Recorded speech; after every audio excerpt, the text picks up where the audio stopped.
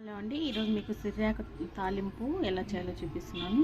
ముందుగా సిర్రాకు తీసుకొని ఒక 4 కట్టలు తీసుకున్నాను. నేను శుభ్రంగా కడుక్కొని పక్కన పెట్టుకోవాలి. ఇప్పుడు స్టవ్ పైన ఒక ప్యాన్ పెట్టుకొని ఇందులో ఆయిల్ 2 స్పూన్స్.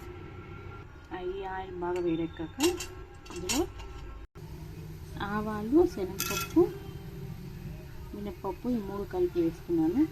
ఇది కొద్దిగా చిటపటలాడాక ఎండుమిర్చి, ఇందులోని వెల్లుల్లి కొద్దిగా వేయించుకొని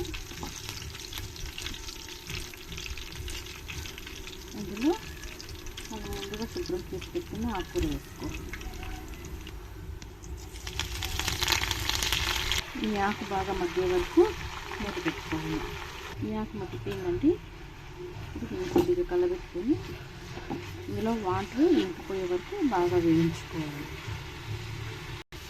మధ్యలో ఒకసారి తిప్పుకుంటూ ఇందులో కొద్దిగా పసుపు, కొద్దిగా ఉప్పు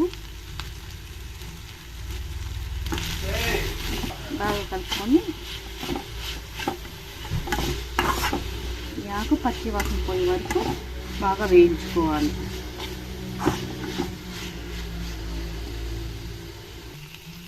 ఈ ఆకు బాగా వేగిపోయిందండి.